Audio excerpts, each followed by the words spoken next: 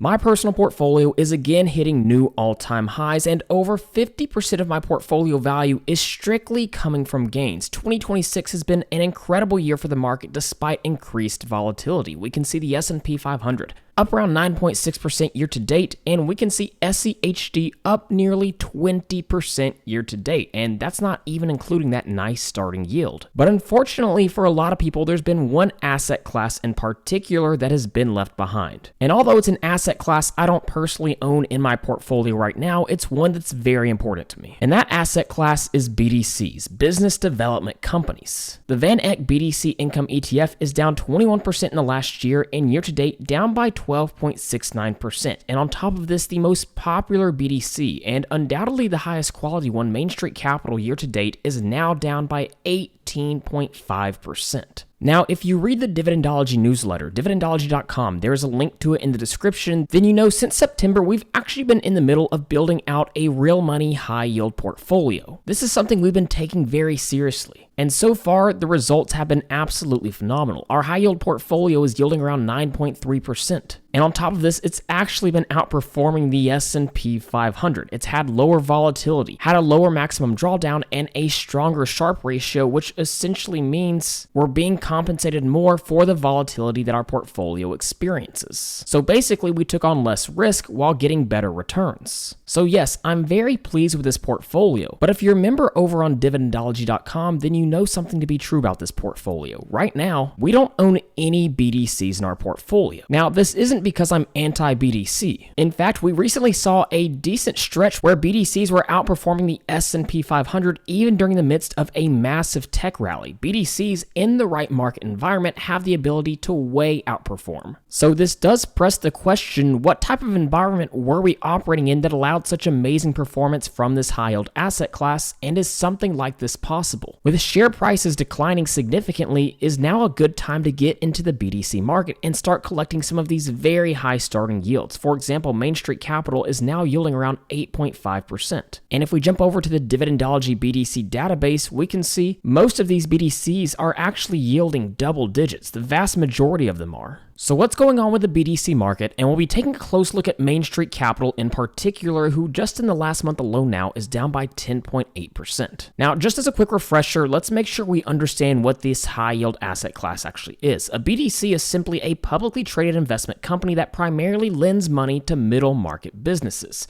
So they're typically too small to issue bonds in public markets, too large or too complex for traditional lending. So what companies do is they turn to BDCs to fill in that gap. So instead of issuing mortgages or credit cards like a bank, BDCs primarily make private loans to businesses. So you have investors making investments into the BDC. The BDCs give out these loans to middle market companies. These middle market companies pay interest and principal payments to the BDC, and then the BDC makes these large distributions, the dividend payments some might say, back to the investor. So to put it very simply, BDCs are simply a portfolio of loans. They borrow money at one rate and lend it out at a high rate, and the difference between those two rates is the net investment spread. So here's perhaps an oversimplified example. If the average loan yield is around 10.5%, their cost of borrowing is 5.5%, then their net investment spread is sitting at about 5%. So like mentioned earlier, the double-digit yielding BDCs can go through periods of time where they outperform the tech-heavy S&P 500, even during a bull market. But something shifted significantly as we entered into 2026, particularly with the BDC market. They were facing two huge issues, and the first was declining rates leading to lower net investment income. Now, what does this actually mean for BDCs? Well, if we look at the Dividendology BDC database, take a close look right here. Variable rate for these BDCs. Remember, they're giving out loans, and we can see the vast majority of the loans they're giving out are issued at variable rates. We're talking about 80 to 90, 95, even 97% for most of these BDCs. There's a lot of variable rate debt. So naturally, a lot of the times that means higher interest rates are good for these BDCs because they collect more net investment income. So if we look at the Fed funds rate in the last 5 years, we can see during this time period where rates were climbing aggressively is when BDCs performed really well, and when rates remained high, they continued to outperform. But we've started to see rates come down. We saw in 2025, we saw 3 different rate cuts. And this is where investors started to get concerned. Lower rates would likely mean lower net investment income for BDCs. But here's where it gets even more interesting. Look at this post from treasurybonds.com. As we entered into 2026, the market was expecting 3 rate cuts. 3 rate cuts in 2026. But for the first time this year, probabilities are now showing the most likely outcome by the end of the year is actually 1 rate hike. So we went from the market expecting 3 rate declines to a rate hike. And this is of course because we're seeing the highest inflation rates in 3 years now. Now for the vast majority of the equity market, this is not good news. Higher interest rates mean higher risk-free rates, meaning investors are less likely to take risk in the equity markets. It's not good for stocks, it's not good for REITs. But it's quite a different picture for BDCs. Going back into a higher interest rate environment or even keeping rates higher for longer is not what the market was expecting.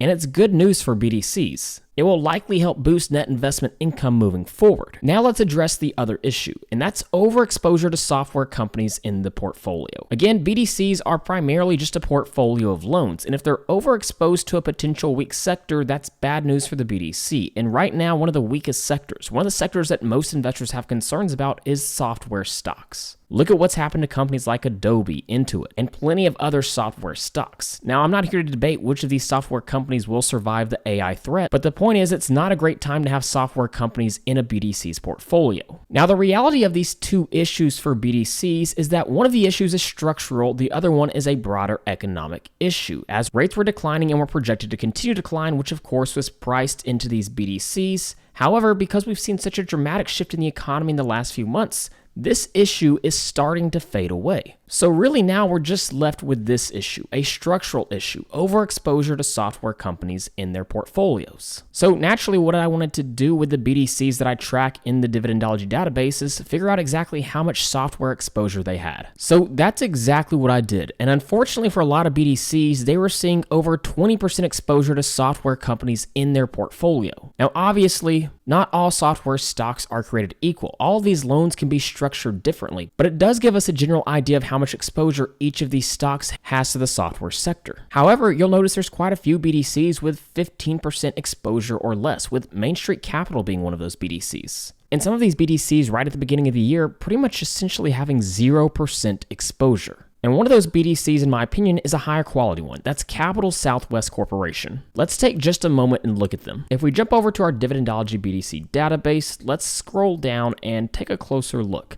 What we can see is this BDC, despite most BDCs really struggling year to date, is up 10.6%. Its base dividend yield, meaning not including special dividends, is 9.7% with a total yield of 10.7%. And its net investment income is completely covering those base dividends. The same cannot be said for the majority of BDCs right now. So think about this for a moment. The macro environment they're operating in is changing dramatically and they're set to benefit from it, and at the same time, they essentially have almost no exposure to software stocks. Now, of course, as a result of this, they're trading at a bit of a premium. Their price to net asset value is sitting at about 1.43, but naturally, investors are going to be willing to pay a premium to get a double-digit yield, especially when this company doesn't have software exposure. And the quality of their loans is quite strong as well. The total portfolio is now approximately $2.1 billion, with the credit book 99% first lien senior secured debt. Now, what does that actually mean if you're not familiar with the BDC market? It means they are near the front of the line to get paid back, which is what senior means. The loan is backed by collateral is essentially what secured means, and they also have first claim on the collateral if the borrower gets into trouble. So it's first lien. So again, it's a high quality portfolio. And if we scroll down, here's what you can see. Take a look at the track record of consistent dividends. This is not common in the BDC space. We can see their regular dividend per share has essentially either been maintained or grown almost every single quarter since 2021, and during this time period, they paid out opportunistic supplemental dividends. So obviously, this is one of the better positioned BDCs right now. You can see that for a multitude of reasons. Really, the question is, are you willing to pay the premium for it? But what you'll notice is if you look at the valuation over the last 3 years, its current price to tangible book value is sitting at about 1.38, when its average over the last 3 years is 1.37. So essentially, it's trading at its average valuation multiple, despite the fact the macro environment is getting better and despite the strength of its portfolio. We can also see if we zoom out further, there's been time periods when it's been valued as much as a 1.7 price to tangible book value. So it's certainly an interesting BDC right now. If you look at the average analyst price target, it gives it about 7% upside, but take that very likely because that's based off just one Wall Street projection. This is what's so interesting about the high yield space. It gets very little traditional analyst coverage, which in reality creates a lot of opportunity if you're really willing to do the research. And to be completely honest, I think it's why our high yield portfolio has been able to outperform so far. Okay, now all that being said, let's talk about Main Street Capital, the most popular BDC, without a doubt. Down 10.8% in the last month, year to date down almost 19% now. It's truly trading right at its 52-week low. We already understand some of the general issues, such as the potential for declining rates. But the reality for the BDC market is if we take a close look at Main Street Capital, go ahead and zoom in a little bit more. Take a look at their variable rate debt. What you'll notice is it's sitting at just 53.8, which is the best variable rate debt, or at least the lowest variable rate debt in the BDC database, meaning they're less impacted by lower rates. Now, of course, rates aren't supposed to go any lower, but this is a strength of the company. And then we have the potential for overexposure to software companies in the portfolio. Now, like we pointed out earlier, their exposure was only about 15% of their entire portfolio, which is below the average for the BDC market, but it is still worth making note. But here's where investors really have their concern. It was the recent earnings report, and this was released earlier this month. And I've taken the time in many videos to go through the vast majority of Main Street Capital slides, explaining the portfolio, explaining the business model, but I want to give you some highlights from this earnings report that'll really break down exactly what's going on. The company reported a headline miss against consensus estimates as a result of rising interest expenses, rising operating costs, and compressing spreads. This is the part that's most concerning, the compressing spreads. Remember the simplified example we looked at earlier of how BDCs essentially make money? Well, basically, Main Street Capital's cost of borrowing is increasing, but its portfolio yield, at least on average, has not expanded enough to fully offset it. So naturally, that's going to lead to a lower net investment spread. We also saw that non-accruals continued to rise, reaching 4% of costs during the quarter. What does this mean? Well, non-accruals are essentially the loans where the borrower is no longer making payments as expected, meaning Main Street Capital can no longer confidently count that interest income. So for BDCs, rising non-accruals is a bit of a red flag. It's still not a large amount of the portfolio, but this is where some concerns start to be raised. Because obviously over the long term, if that continued, that's where the dividend would start to be in jeopardy. And Main Street Capital prides itself in the fact it's never had to lower its regular dividends. Now here's the good news. They reported a record net asset value of $33.46 per share, which is about 5% growth year over year. Now here's an important note we need to make.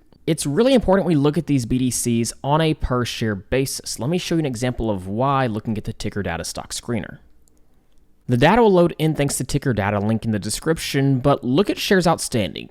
Look at the growth of this. This is typically a bad thing. You typically don't want to see more shares being issued from the holdings in your portfolio, but BDCs are different because they're like REITs. They're required by law to pay out 90% of their earnings in the form of a dividend. So naturally, they either have to turn to debt to raise capital or they can issue new shares. But here's where things start to get really interesting for Main Street Capital. How are non-accruals rising and interest expense increasing, but the net asset value rising? Well, Main Street Capital has a unique advantage that most BDCs don't have in the fact that it historically has traded at a massive premium to its book value. You can see this here. Right now, it's sitting at about a 1.5 price to book value, despite the fact the valuation is now at its lowest in the past year.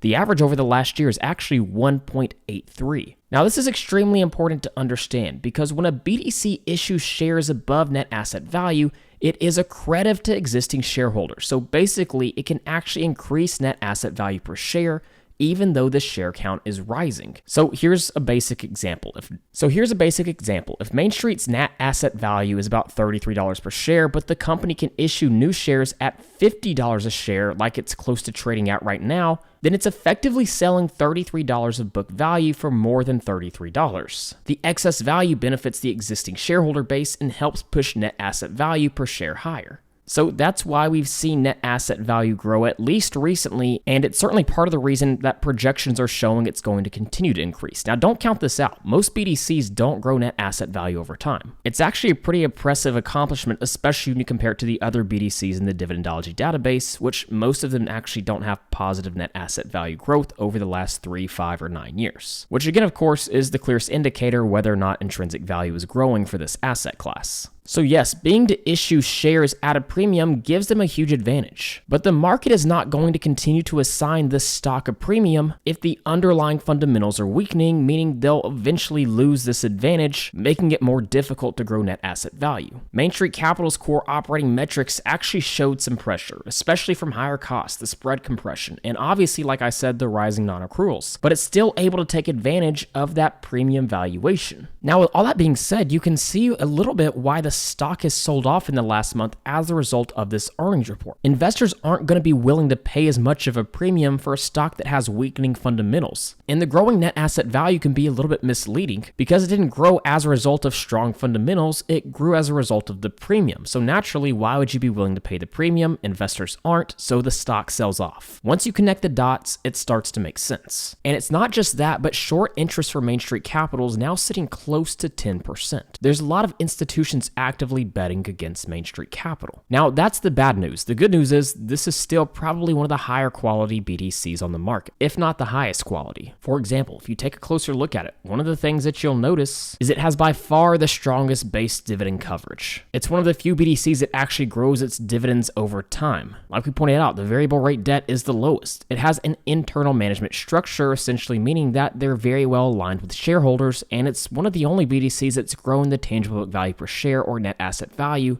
at a positive rate over the past 3, 5, and 9 years. So really what's happening is they're at a bit of a tipping point. The BDC market has shifted structurally significantly just in the last month alone. The macro environment has changed, but there's certainly still some weakness in the BDC market, particularly with portfolios that are overexposed to software. Now, that being said, they're still trading at their lowest valuation in the last year now. But also keep in mind, if we look at the valuation over the last 5 years, there's certainly been instances when it's trading at cheaper levels. And around this price is really when Main Street Capital started to see its huge outperformance over the last few years. So here's what you need to understand in particular for Main Street Capital. This stock could go lower. That's possible. Obviously, that's always possible. What I'm trying to say is relative to its lower historical valuation multiples, it could go lower. In the short term, this BDC won't have any trouble whatsoever maintaining its dividends right now. And with the recent sell-off, the forward yield, including supplemental dividends, is now sitting close to 8.5%. That's a pretty attractive yield, obviously,